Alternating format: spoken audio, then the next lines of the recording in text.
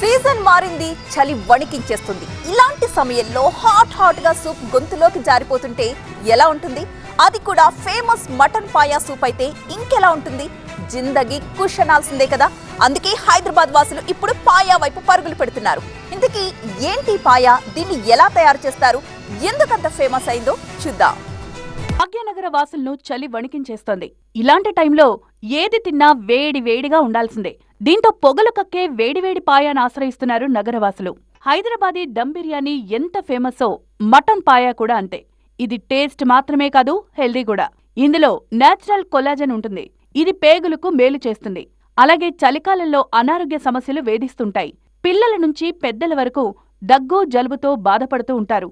ఈ బాధల నుంచి రిలీఫ్ కోసం ఘాటుగా పాయా సూప్ తీసుకోవాలని చెప్తున్నారు పాయా ప్రియులు. ఏదైనా తిన్నది సరిగా అరక్కపోతే కూడా మటన్ పాయా సూప్ తీసుకుంటే వెంటనే సెట్ అయిపోతుందని సలహా ఇస్తున్నారు.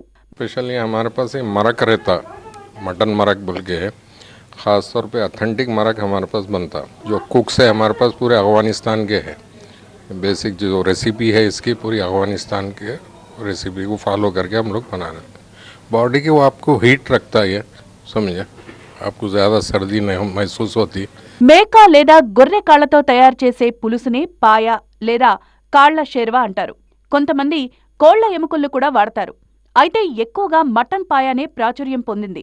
ముందుగా కాళ్లను కాల్చి గోధుమ పిండి సాయంతో వాటి వెంట్రుకలను తొలగిస్తారు. ఒక పాత్రలో కాళ్లను దాల్చిన చెక్క, యాలకులు, లవంగాలు, మిరియాలు, సొంటి, కొబ్బరి, ఇతర మసాలా దినుసులు వేసి 2-3 గంటల పాటు మరిగిస్తారు.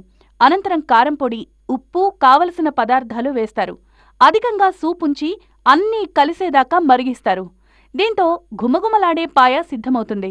और इसको नियरली 6 to 8 आवर्स इसको उबालना पड़ता। जो इसका जो वो छूटता उसी को जो है ना नारी में डालने से आपको ताकत आती, एनर्जी आती।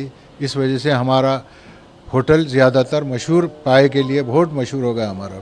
ख़ासकर ब्रेकफास्ट के लिए हमारे पास जो आइटम है हैदराबाद सिकंदराबाद में कहीं भी ये आइटम नहीं है। ఈ మధ్యకాలంలో బాగా పాపులర్ అయిన పాయా నిజానికి చాలా పాత వంటకమే. అప్పట్లో జలుబు, గొంతు నొప్పితో బాధపడుతున్న వారితో పాటు ఎముకలు విరిగిన వాళ్లకు పాయా తాగమని పెద్దలు సలహా ఇచ్చేవారు. పాయా తయారీ శ్రమతో కూడుకున్నదే అయినా దానికున్న రుచి మరే నాన్ వెజ్ వంటకానికి రాదని చెప్తున్నారు భోజన ప్రియులు. మరి మీరు కూడా ఈ వణికించే చలిలో పాయాను ఓసారి ట్రై చేయండి.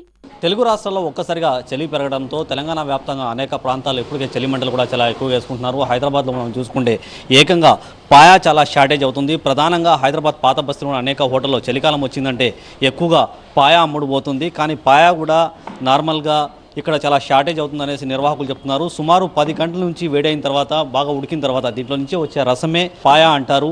ఇది పాత బస్తీలోని అనేక హోటల్లో కూడా చాలా షార్టేజ్ అవుతుంది. కానీ ఉదయం 4 గంటల నుంచే పాయా ప్రియులు అయితే ఇక్కడ హోటల్స్లో క్యూ కడుతున్నారు. ప్రధానంగా హైదరాబాద్లోని అనేక హోటల్లో కూడా పాయా చాలా షార్టేజ్ అవుతుందనేసి కూడా నిర్వాహకులు చెప్తున్నారు.